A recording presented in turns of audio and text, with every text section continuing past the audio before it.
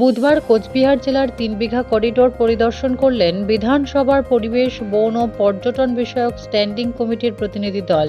সেই দলের নেতৃত্বে ছিলেন কমিটির চেয়ারম্যান শওকত মোল্লা, তার সাথে বিধায়ক খগেশ্বর রায়, অলোক জলদাতা, জয়দেব হালদার, রাজেন্দ্র প্রসাদ সিং, রামেন্দু সিং রায়, সুদীপ কুমার মুখার্জি প্রমুখ ছিলেন। তারা 3 বিঘা করিডোর এলাকা ঘুরে দেখেন, কথা বলেন ওপারের বর্ডার গার্ড বাংলাদেশের কর্তাদের সাথেও। স্থানীয় বিএসএফ কর্তাদের সাথে ছোট্ট একটি বৈঠক করেন। তাদের 3 বিঘা করিডোর পরিদর্শনের সময় মেখলিগঞ্জের মহকুমা শাসক অতনু কুমার মণ্ডল, বিএসএফ এর কর্তা এবং তৃণমূল কংগ্রেসের কোচবিহার জেলা সহসভাপতি লক্ষ্মীকান্ত সরকার প্রমুখ ছিলেন। শওকত বাবু বলেন, 3 বিঘা করিডোর এলাকার বর্তমান চিত্র কেমন রয়েছে সেটা জানতেই এদিন এই করিডোর পরিদর্শন। এখানকার সম্পর্কেও তথ্য সংগ্রহ করে রিপোর্ট তৈরি করে বিধানসভায় তুলে ধরা হবে, মুখ্যমন্ত্রীর নজরে আনা হবে।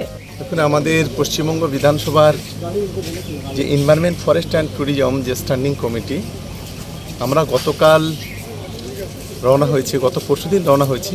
গতকালকে আমরা নাইট স্টে করেছি কোচবিহারে এবং আজকে আমরা ভিজিট করছি এই 3 বিঘা করিডোরে। বিশেষ করে আমাদের উদ্দেশ্য হলো এই এলাকার যে এনভায়রনমেন্টটা কেমন আছে সেইটাই, এবং এছাড়াও ট্যুরিজম যেগুলো আছে সেগুলো, ফরেস্ট এদিকে নেই, আমরা সেইগুলো দেখছি।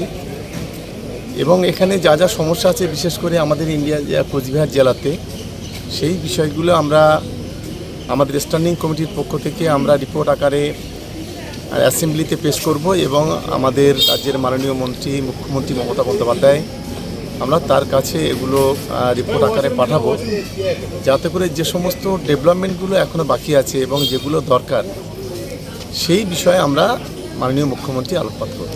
স্যার, 3 বিঘা একটা আন্তর্জাতিক পর্যটন কেন্দ্রস্থল, প্রচুর বাইরে থেকে লোক এখানে আসে।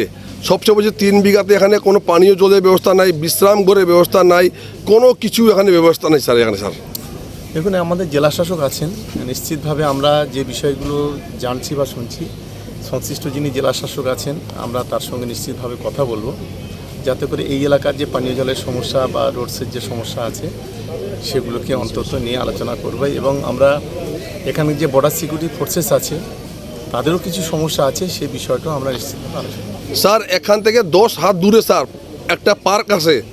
পার্কের মধ্যে স্যার এত সুন্দর পার্ক, কুচিবাড়ি থানার সামনে, ওখানে স্যার ঘর পুরো ভেঙে পড়লো, পার্কের দোলনা সব ভেঙে পড়লো, পানীয় জলের ব্যবস্থা নাই, লাইটের ব্যবস্থা নাই। এখানে 3 বিঘা আছে, ওই পার্কটাকে চালু হয়ে যায়, এখানে প্রচুর লোকের রোজ ইনকাম, সব কিছু এখানে ব্যবস্থা হবে স্যার। ডিস্ট্রিক্ট অথরিটি আছে এখানে, ডিস্ট্রিক্ট অথরিটি প্রপোজাল পাঠালে নিশ্চিতভাবে সেটা আমরাও আমাদের দিক থেকে সেটা সংশ্লিষ্ট ডিপার্টমেন্টকে বলবো, সুপারিশ করবো। স্যার, 3 বিঘাতে কেমন লাগে স্যার আপনাকে? ভালো, খুব ভেরি নাইস প্লেসেস স্যার। 3 বিঘার এখানে পার্শ্ববর্তী যে বাংলাদেশ বর্ডার, সেই বর্ডারে স্যার অনেক জায়গায় ফেন্সিং নেই স্যার।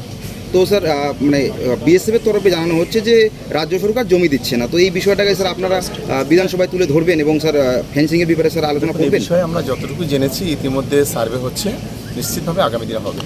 ব্যুরো রিপোর্ট, সোনারপুর বার্তা।